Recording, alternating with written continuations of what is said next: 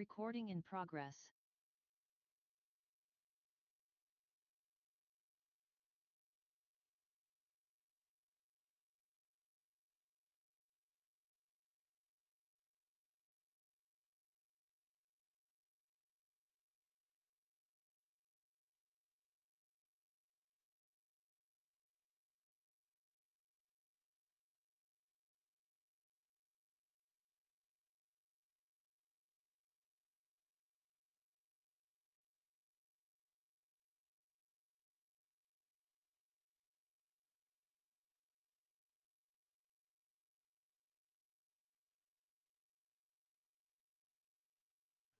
For the Pledge of Allegiance. To the flag. Republic. Indivisible. Before we start tonight's meeting and I introduce what we're going to be doing here in the rules and regs, I'm going to let John Rail of the City of Seaside speak to the panel or speak to the commission as well as the audience. Thank you, Commissioner Montero. I just wanted to, I'm sure it's been on your mind, and so I just wanted to give a quick update on where we are with the planning director. You can take off your mask okay. so we can hear you. Thank you. So yeah, thank you again for the opportunity, and I really just want to take the opportunity. One, I've not ever spoke to you at this meeting, so while I'm here, thank you for your service and commitment of giving of your time and to this process, and we really appreciate it. Why I'm here specifically beyond that is to give you an update on the planning director search and that process. We put out a notice of this job in mid-January, shortly after the MLK holiday. We have received some applications, but it's been slow, I'll be quite frank. We did receive one internal application, and as we go through this process, we're evaluating a few. I'm actually conducting a few Zoom interviews this week, but we have decided, Mark, prior to him leaving on vacation, we decided to name Jeff Flory as the acting planning director for the time being. So that's effective immediately today as we continue to work through and evaluate this process. So Mark and I have great confidence in Jeff. We have great confidence in Jordan Sprague and McBride. And we're also lucky to still retain Bob Mitchell as part of the community development team. So we have confidence in this team to handle the things that are there. And we also have a plan in place to work with a couple of external contractors on some of the bigger things that losing somebody like Kevin Couples, we don't have the institutional knowledge on, so we'll be able to hopefully utilize those external contractors along with the team for the time being. So that's where we are. As I have any additional updates, I'd be happy to share those, but just kind of wanted to give you an update. So Wonderful. all right, thank you. Thank you. Can we ask questions? Oh, if you have a question, I can try to answer a question. I have a question about the process. So you're accepting applications. Is there going to be an interview panel, and who is on that interview panel? How does that work? Well, so right now, like I said, because it's challenging right now in terms of what we're seeing from the process. So doing a screening kind of Zoom call right now, there will be some sort of process, but because of where we are with it, I don't really have that. I mean, I have an internal process, but in terms of how we're going to involve possible planning commissioners, the community, that'll be forthcoming. But right now, don't have that because we're just not there yet. Okay, So. but that is going to be part of the process. Something along those lines. And when we hire department heads, we typically have some sort of panel process and possibly community involvement, and there will be something like that. But right now, we're just not there yet. Okay, So. thank you. Appreciate that. John, do we have a time limit? I'm sorry? Do we have a time limit? Right now, as we look at Jeff as the acting director, we're evaluating that on a month-to-month basis. We did have a closing date for the position, so it's currently closed while we look at the candidates that we have, and then we'll go from there. And whether we open it up again, whether we make some other decision, that's to be determined. Okay, thank you. You're welcome. Any other questions? Thank you. Thanks, John. Thank you. Okay. So here we go. This is the time and place duly advertised for the city, try it again. This is advertised for the Seaside Planning Commission to hold its monthly meeting. Agenda items can be initiated by the general public, any legal property owner, Seaside City Council, city staff, and the Seaside Planning Commission. Does anyone present feel the commission lacks the authority to hear any item on the agenda? Hearing nothing. Are there any corrections, deletions, or additions to the minutes of February 1st, 2022? No. Okay, hearing none. The minutes are adopted as written. It is a standard procedure for the members of the commission to visit the sites to be dealt with at these meetings. Do any of the commissioners wish to declare an ex parte contact or conflict of interest? I do. Please state. I have a actual conflict of interest with 21061 PD SUB. I have a potential conflict of interest with item 21-061 PDSUV. I have a potential conflict of interest on 21061 PDSUB. Anybody else? No? Okay. In that case, the following public hearing requirements apply to the items on our agenda. The applicable criteria for the hearing items are listed in the staff reports prepared for this hearing. Testimony and evidence shall be directed toward the applicable criteria listed in the staff reports or other criteria in the planned or land use regulation, which you believe applies to the decision. Failure to raise an issue accompanied by statements or evidence sufficient to afford the decision maker and the parties an opportunity to respond at the issue precludes the appeal to the Land Use Board of Appeals on that issue. The applicant will testify first, followed by any others in favor of the request, then in any opposition will testify, and then the applicant will be given time for rebuttal. For testimony, we will hear from in-person attendees, followed by electronic attendees. When the time comes to hear from the members of the public attending electronically, there's a feature in the attendee view that allows you to electronically raise your hand by clicking on the control panel at the bottom of your screen. Phone attendees can raise their hand by pressing *9. You will then be placed into a queue, and when your time comes to speak, you will be unmuted and can address the commission. Our moderator of these comments, Administrative Assistant Jordan Sprague, will monitor this area and let you know when the citizens that virtually raise their hand are ready to make comments via Zoom or by phone. Background noise must be kept to a minimum while testifying, or your testimony time will be ended early. Prior to testifying, please state your full name and your address for the record, and please limit your comments to 5 minutes. The first public hearing item on the agenda is the continuance of 21-061 PDSUB.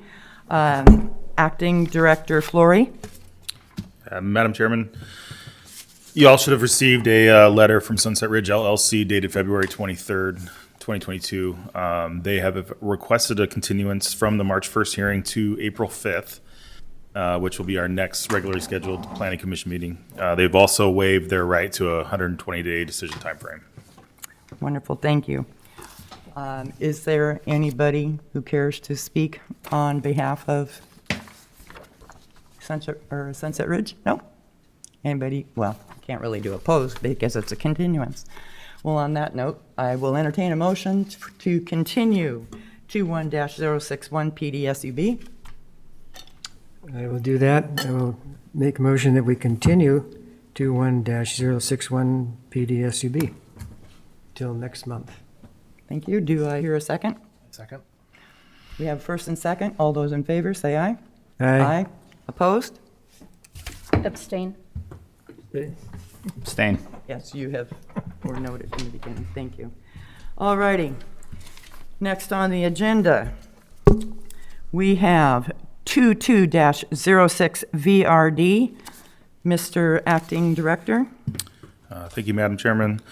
The applicant is requesting a conditional use that will allow the establishment of a vacation rental dwelling at 507 13th Avenue. The subject property is zoned medium-density residential R2, and the applicant is requesting a maximum occupancy of 9 persons over the age of 3, no more than 10 persons regardless of age, within the existing 3-bedroom dwelling.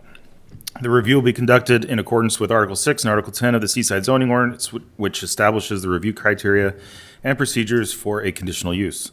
The specific review criterion for vacation rental dwellings is included in Section 6.137 of the ordinance. The commission should have received a staff report that has the decision criteria, the draft findings and conclusions, and we'll be happy to answer any questions if you have any. Wonderful, thank you. Is there anybody here care to speak in favor of this project? Please come forward and state your name and address for the record. And you can take off your mask when speaking. Yes, my name is Tyler. Purchased the property at 507 13th Avenue. Wonderful. Tyler, what is your mailing address before you continue? Mailing address is 14587 Southwest Scarlet Drive. That's in Tigard, Oregon, 97224. Okay, is there anything you would like to tell us about your project? No, I just, my wife and I have been coming to Seaside for years. We bring our kids here regularly, and we finally were able to pull off buying a home here. And so we're super excited about it, and would appreciate you guys considering giving me a rental permit to help cover the costs of the monthly mortgage. So appreciate you willing to look at it. Okay. Anything else? Okay. Is there anybody else who would care to speak in behalf of, in favor of this project? Would anybody care to speak in opposition of this project? Okay. Thank you, Tyler. Okay.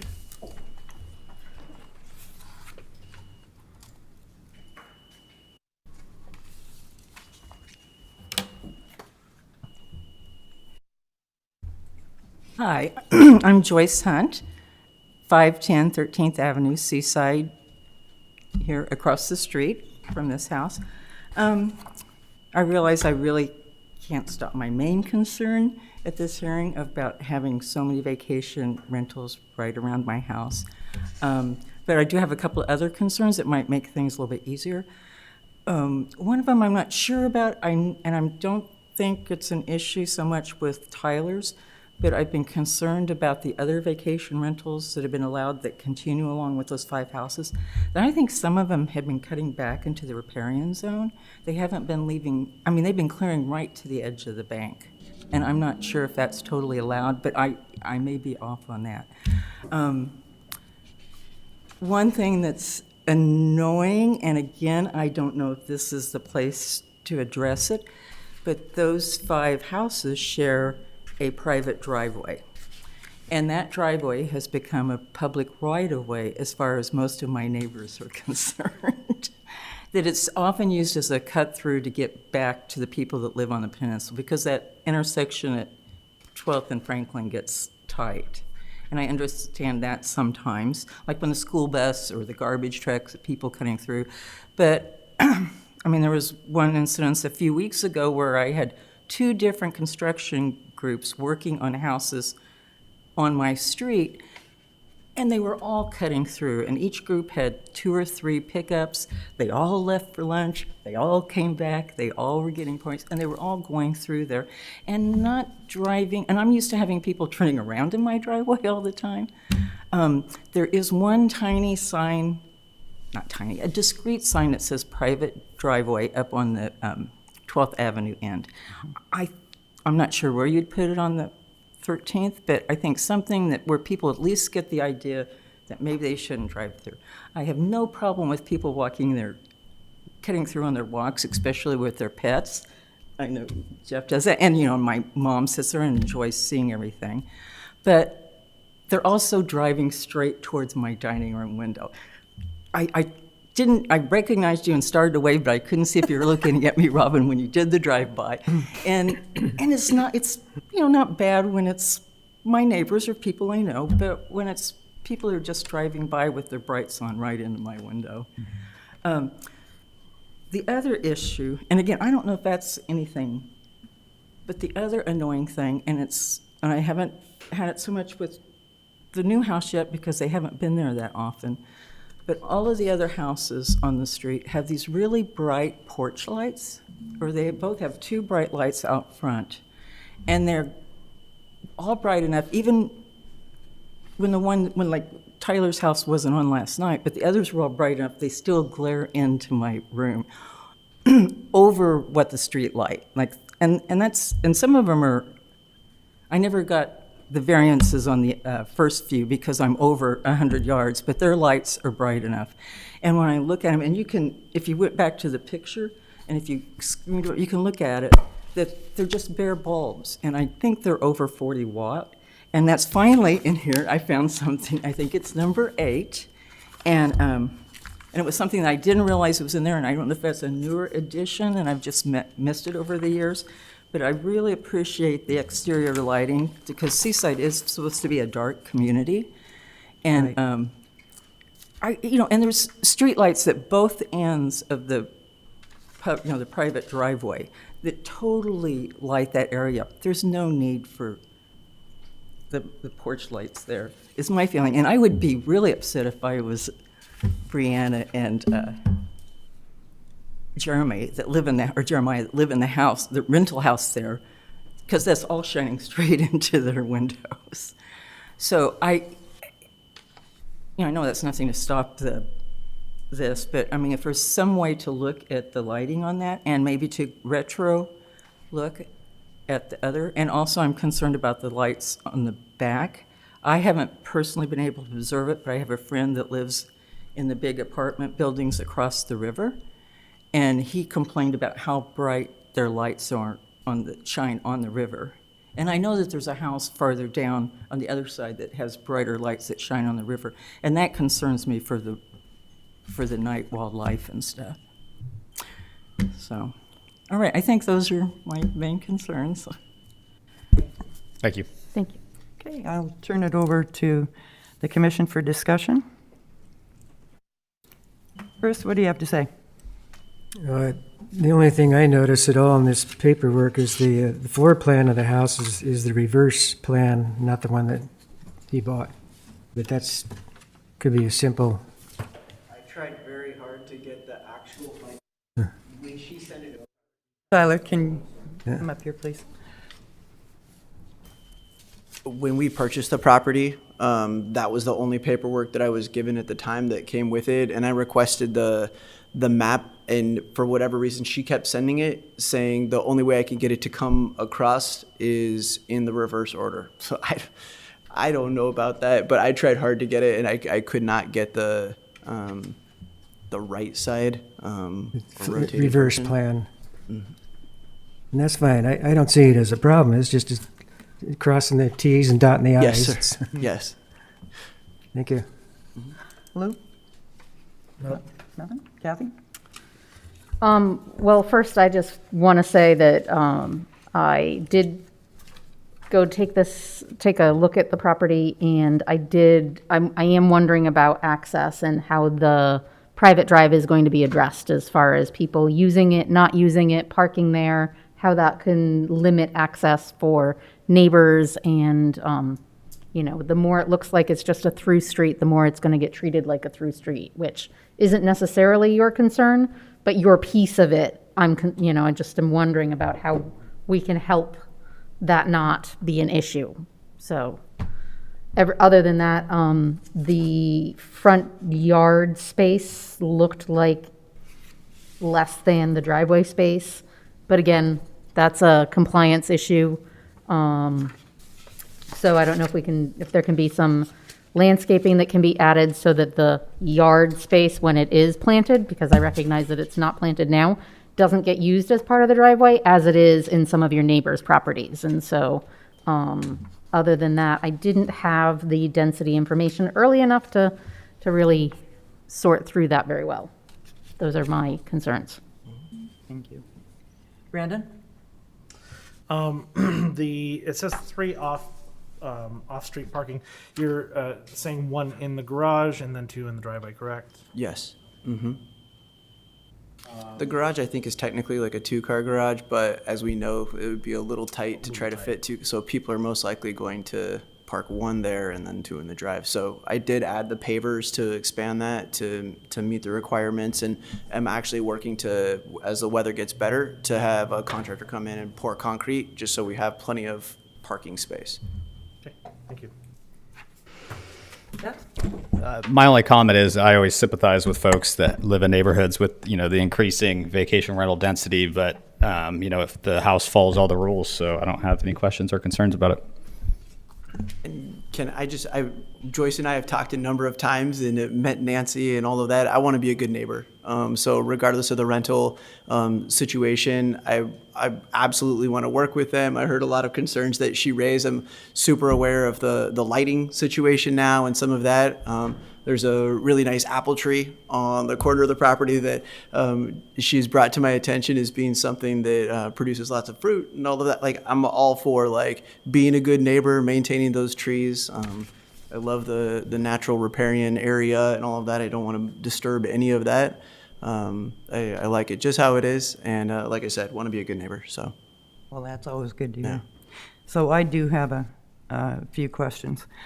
So with 4, including your application, out of the 5 properties, and the lighting issue with 4 out of the 5 being vacation rentals and at least, possibly another vacation rental, would that warrant a visit from our compliance officer to investigate the lighting situation? Yeah, absolutely. And Joyce brought that to my attention last week. We discussed it, and we're definitely looking into that. We're also looking into the covering of 1 or 2 of the yards with too much gravel to start creating additional parking area. And that's going to be addressed as well. One of the properties was doing some landscaping work, so I was kind of waiting to see what they were going to put in, if they were going to address that, as I know they have significant drainage issues through there, which the decorative rock is not an issue for landscape purposes, but some kind of barrier needs to be put in place so it's not used for parking and still maintains that drainage corridor down the sides of the houses into the river area. Right, and that brings up you adding extra concrete pavers. You do not want to exceed your landscaping, encroach, I should say, on your landscaping requirements. So Jeff's going to be your best friend on that. Yeah, we've talked. Yeah. So, and also when this project came before the commission quite some time ago, it was a variance to put in this many properties on that particular piece of land. And if I recall, there are CC&Rs, right? Okay. So that driveway belongs to the 5 homes. And I know at the time, I remember Joyce was thrilled having an access just in case, an emergency access out of that, because it can be very tight if you're pocketed on 13th. However, when I did go by there, and that was me, Joyce, I did not see a signage that says private driveway on the north side. I saw it on the south side, but I didn't see it on the north. And it's really going to be up to the homeowners through the CC&Rs to, do what you can to monitor that traffic and keep it down to the minimum. Because when did you buy this property, Tyler? We closed end of December. You've never been here in summer. And we have hood to coast in August, and all streets, all rules are gone. So, but as a CC or as a homeowners group, need to monitor that. Okay. Back to Jeff and Jordan, I have a question though. When I'm looking at the density map for the 200 radius, within that 200 radius, you've got on the south side on 12th and Nicanicum, you are including the city-owned property of the park, and that should not be eligible and calculated into our density. The way the ordinance reads, when it talks about the 20% and referral to planning commission, after that, it includes every property within that 100-foot radius. So under the 100-foot rules, we have to maintain every single property that has a lot, it has a tax number. And that's how it's traditionally been calculated. Without changing the ordinance to get to that 20%, we have to still include every property. Now, if the planning commission wants to look at the densities differently once we're above that 20% threshold, that's all set by policy. So that's something the planning commission and city council could be able to do that's kind of what I was going to present tonight, is how we actually calculate the densities and what possible changes could be made. In situations like this where you have a city-owned park and a city-owned piece of land that neither one will be developable. They're ineligible. Yeah, they could potentially be excluded once we're outside of the ordinance requirement of every property. This came up on Sunset Boulevard as well, where it was the golf course was calculated into it, and obviously that is ineligible as well. So the numbers are skewed.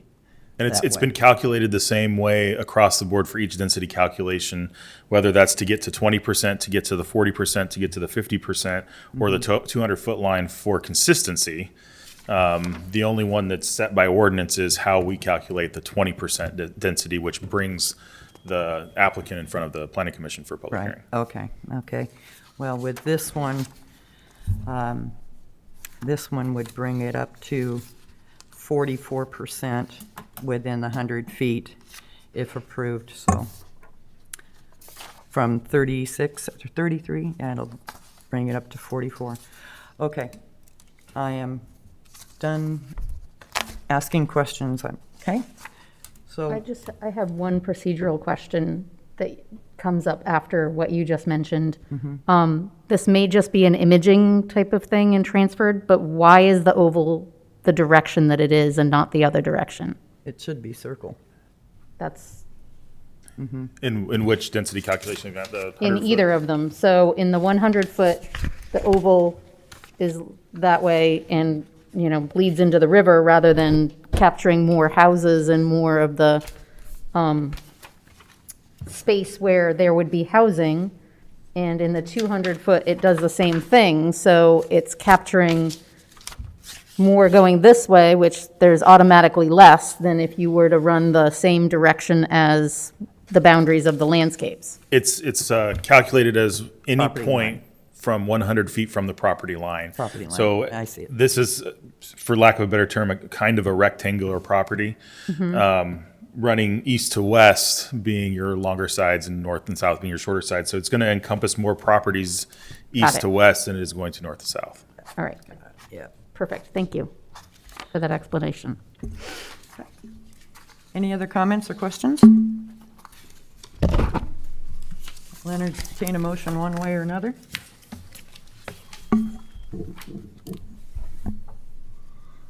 I'll make a motion that we accept 22-006 VRD. I'll second. All those in favor, say aye. Aye. Opposed? Congratulations. Appreciate it. Thank you. Okay. And next on to our agenda. Ordinance administration. What do you have? Jordan's going to double check to make sure, see what we have for attendees virtually tonight. Okay. Have we verified that it's accessible virtually? We have not been able to know. Okay. The last meeting, there was a passcode that was protecting the meeting. I'm aware. Since then, that has been removed, so Okay. it is an open meeting. Okay. We've had meetings like this before without a passcode, so we know Right. it works. We haven't tested this one in particular. If you would like me to, I can hop on my phone real quick and just double check. But I think Is there, John is there a said- way we can do that at the beginning of the meeting to make sure that it's going as it's supposed to from the beginning? When I start that meeting at the very beginning, usually interrupts you. It says recording is in process. That is our cue, knowing that it is live. We don't have any attendees tonight. I'm going to assume it's because the Sunset Ridge project was continued. I'm expecting a large amount of people on for that one, but we will test it right now just to verify. But with using Zoom for the past almost 2 years now, it's one of those things where we start it, we know it's working. The meeting ID number is out there in probably about 4 or 5 different places. Okay. So it is out there. People can access it now without a passcode, but we will test it. I would just like to ask for one additional thing as far as that's concerned, if it's possible, on the meeting packet that gets posted online, that there is an electronic clickable link for the Zoom meeting, so people don't have to copy and paste and transfer and write things down, so we make it easy. We're really reaching out and saying, if you want to participate, we want you to participate, and we want to make it easy. On the Planning Commission page itself, there is a giant big link right above the Vista Ridge to subdivision link, where all you have to do is you click that, it will open up in a new window, which will automatically open up Zoom directly into the meeting. Okay. And we have tested that one. Okay, from personal experience, trying to access the Zoom last time, I will tell you that it's frustrating to have to click around, to be in the packet and then go, well, but how do I get in? And I know how to use Zoom. So with the I would like to packeted- say, the easier we can make it, the more public friendly we're making it. So with the packet itself too. It's working. Okay. Thanks. With the packet itself, it is scanned in. So if any links that we would put on there would become non-accessible at that point, because it's no longer the document, it's just a scanned image. We can use it just a saved PDF and upload that. That should preserve the links. There's Excellent, also thank some you. other things in the works with the website that we've got calls out to try to Perfect. fix that will hopefully make it very clear how to access the meeting right before and during the meeting. Perfect. We're still waiting on our website folks to get back to us on how to work that scheduling, but the goal is to make it as accessible and easy as possible, and we're certainly working on different avenues to get there. Excellent. It's just taking a little bit of time. Thank you. Appreciate it. The more participation, the better. Exactly. Great, thank you so much. Ordinance administration, other than that? Well, while we're on that, I guess we can mention really quick the policy set for public comment that was voted and passed by City Council at the previous council meeting. You guys, I think, received a copy of that signed policy. So if you have any questions on that, we can certainly talk about that. And then we'll go into the vacation rental stuff that I was going to present really quick. Anybody have any questions on that? Well, I don't have any questions on what's in front of me because I haven't had a chance to read this exact policy, but I do, Is this the first time we're seeing that? yes, Yeah. Oh, okay, yeah. yes. So, but I did attend Okay. the city council meeting virtually when this was passed, so I just have a question as to how it applies Sure. to planning commission and signing up for public comment or input ahead of time. Are we closing it down in that way, or are we allowing people to show up at the meeting, virtually or in person, in the moment and make comment? The planning commission has the ability to decide how they want to apply the policy. My concern with closing down the public comments in a public hearing in a quasi judicial land use decision prior to the record being closing, or not allowing folks to have their say. So if the planning commission wants, we can leave the ability to receive comments, show up at any time prior to you guys closing the actual public hearing, and allow those comments in for that. The general comments held at the end of the meeting on any topic not on the agenda, those we can try to, if you choose, allow for scheduling purposes. The pre-scheduling of the public comments is really going to help us out a lot to know that somebody wants to comment on the project and they're going to be virtual. So we would be looking specifically for them to be able to know that we've definitely got virtual attendees that are looking to provide input into any of our public hearings. Wonderful.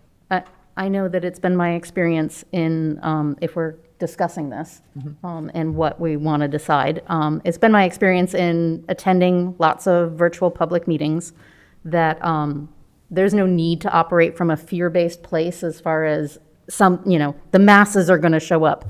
Unless we're, really planning on changing a massive amount of area in Seaside, the masses aren't going to necessarily show up. I mean, I attended a public hearing for Columbia County where they were deciding land use for the port area, and the masses showed up. And they didn't have to register ahead of time except for in the comments in the chat as the meeting was starting. And it was very controlled. They got their 3 minutes. The mic was turned off at the end of 3 minutes.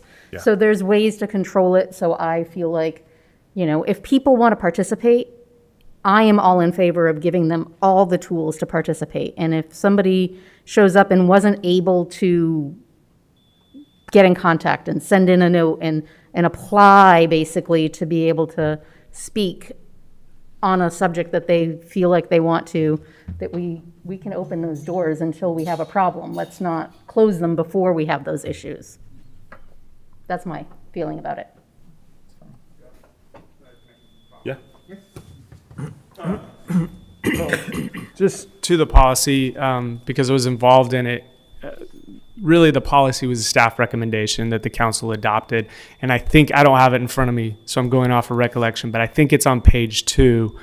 So we recognize that it may not be a perfect system policy. We tried to put something there from an administrative function to say, hey, this is how we're going to handle this. But I believe it's on page 2 near the top that basically gives the chair or the mayor or whoever's in charge of the meeting the ability to kind of make decisions based on the meeting. So to your point, that's totally within the realm. I think, the policy is meant as a guidance. It's not meant as this is exactly how we're going to do it and we're stuck to it. We've talked about this a lot, talked about it with counselors. The goal and motive is to allow participation and engagement from as many people as possible. That's truly the plan and the motive. And so I think there's a lot of flexibility in the policy, and the council didn't make any changes. They took it as recommended. So. Well, and this is new. Yeah, and just to read what John's talking about, it says the mayor and council reserve the right to adjust for a given meeting depending on the topic or necessity of the public. Right. So, Which is great. thank you. John, Thank you. got a quick question. Sure. With this policy, what's it go with the state's policy? Because Dana was talking to me today that you guys the city council's waiting for the state to make a decision on the in-person or Zoom meetings. I guess I don't fully understand that. You say, are we expecting change based on the movement from the masks and that sort of thing? I don't think we are. I think House Bill 2640 is really based on, it's probably based on a lot of what happened during the pandemic, but I think it's more about recognizing that there are other avenues that we can now do meetings moving forward in the future. So this wasn't designed, I don't think I can't speak directly to House Bill 2640. I don't think it was designed, and this policy definitely wasn't designed just with COVID and or a pandemic in mind. It was designed with the fact that we now have the technology and the capabilities to do this sort of thing, and we need to adapt to that. And so moving forward, but we also didn't want to have it be a free-for-all. We wanted to have some sort of guidance around it so we could operate it effectively and efficiently. So, but yeah, we intend this to be the plan going forward without masks, et cetera. Okay. Long term. Yep. Is that it for ordinance administration? Really quick on the vacation rentals, I threw something out at you guys, I believe, a couple weeks ago on how the density is calculated. Essentially, we use the Clatsop County web maps. It draws us the line around the applicant's property. That gives us the properties to encompass into the calculation, and then from there we determine how many are already short-term rentals. When it comes to properties that abut the RR zone, RR zoned properties are not counted against the applicant's density, except to get to that 20% mark, because every property, again, by ordinance, has to be calculated to get to the 20% planning commission review. Outside of that, the policy has been to not count those properties towards the 40% and 50% marks, because every property in the resort residential zone, theoretically, if they meet the requirements in the ordinance, could be a vacation rental, since there is no density requirement there. And again, we're talking the line of properties that's immediately abut the RR zone, that are close to downtown, close to the oceanfront area. And so that's, if you guys have questions on that, I'm more than happy to answer them on how those are calculated. Like I said, some calculations are done based on ordinance, the others are done based on policy. The second common question we get is how to determine the required yard areas. So the definitions in our ordinance, the yard, front yard, and side yard are defined. The rear yard is not defined. When we look at the diagram that I put up here, you can see the front yard is the required front setback from the property. We calculate that total yard area for the front yard, the required front yard, and from there we determine how much of that is currently parking and how much of it is landscaped or something other than parking that's not covered by a structure that's over 30 inches tall. As you see, we've got a 70 foot wide lot. 20 feet of it is already driveway, but there's plenty of room to expand before you hit that 50% mark. That's the yard areas are, like I said, defined by ordinance. So when we look at the side yard is the point at the back or rear part of the front yard setback to the rear property line. Side yards are counted together as part of the required side yard when it comes to determining how much of it is parked. You can have the entire side yard of one property paved and used for parking as long as the entire side yard on the other side of the property is landscaped. That's just traditionally how it's been calculated, to combine the two side yards to get that requirement. And the rear yard is used off of the setback for an accessory structure, which is 5 feet. And again, that's not clearly defined in the ordinance, but by process of elimination, based on how the side yard and front yards are defined, that's how we get to our rear yard. And Can I ask you a question about this particular? Did you say the width of this lot as your general plan is 65 feet? 70, I believe. 70? I'm sorry, I can't see it. Yeah. Because the average lot size is 50. 50, right. So why wouldn't you draw something that's 50 and be more realistic? I honestly don't know. I just put it together to try to best describe and explain the situation.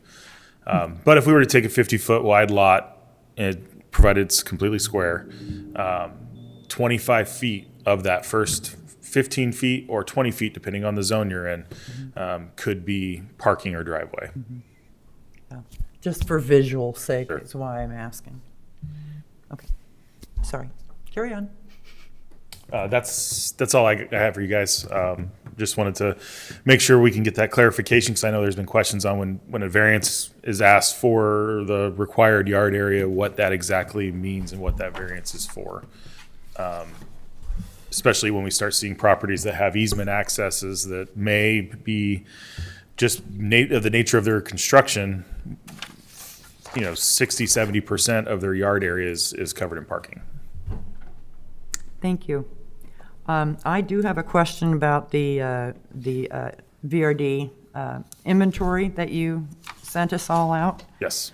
And thank you for this. Can I ask that you, if it's possible, because I know you have it on computer now and you can probably do a data search, I would like to see a breakdown of the VRDs in depending on the zone, whether it's R2, R3, RR, or what have you. Sure. Are you talking the new applications or new applications and voided permits? Yeah, I mean, both? if it's at a touch of a button, Yeah, please do that. I would like to see all of them, sure. if we could. I could put a zone Yeah, designation next to yeah, them. that would be very helpful. That's all I have. Any other ordinance administration? Oh, I have a question about how we bring something up as far as changing policies or ordinances. And the one that I'm concerned about is how the public gets notified. So if it's 100 feet, but there's only one access way in or out, and any traffic that is going to be generated by the property that is on a one-way street or only one access, that all neighbors on that street get notified, so that, you know, in a situation like this where this woman's house was not within the 100 feet, but the traffic by nature of a one-way road is going to impact her, that we should, I feel like it behooves us as a considerate city to let everybody on that one-way street or one route in, one route out know that, hey, this may impact you.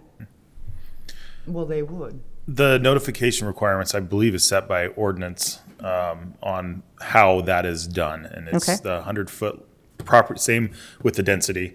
We that's the same way we calculate who gets notified of the pending decisions. They're also posted publicly on the website. I know a lot of people don't watch all the meeting agendas that come out, which stay tuned because there is also going to be some work being done on that and more accessibility. Excellent. But that's all set by, I believe, the zoning ordinance on how we do the notifications. So when you start talking about ordinance updates and changes, that's something that can be discussed on how that's done there. Okay. Thank you. Okay, well, let's go to our public comments. Is there anybody out there who would like to speak to something that is not specifically on the agenda?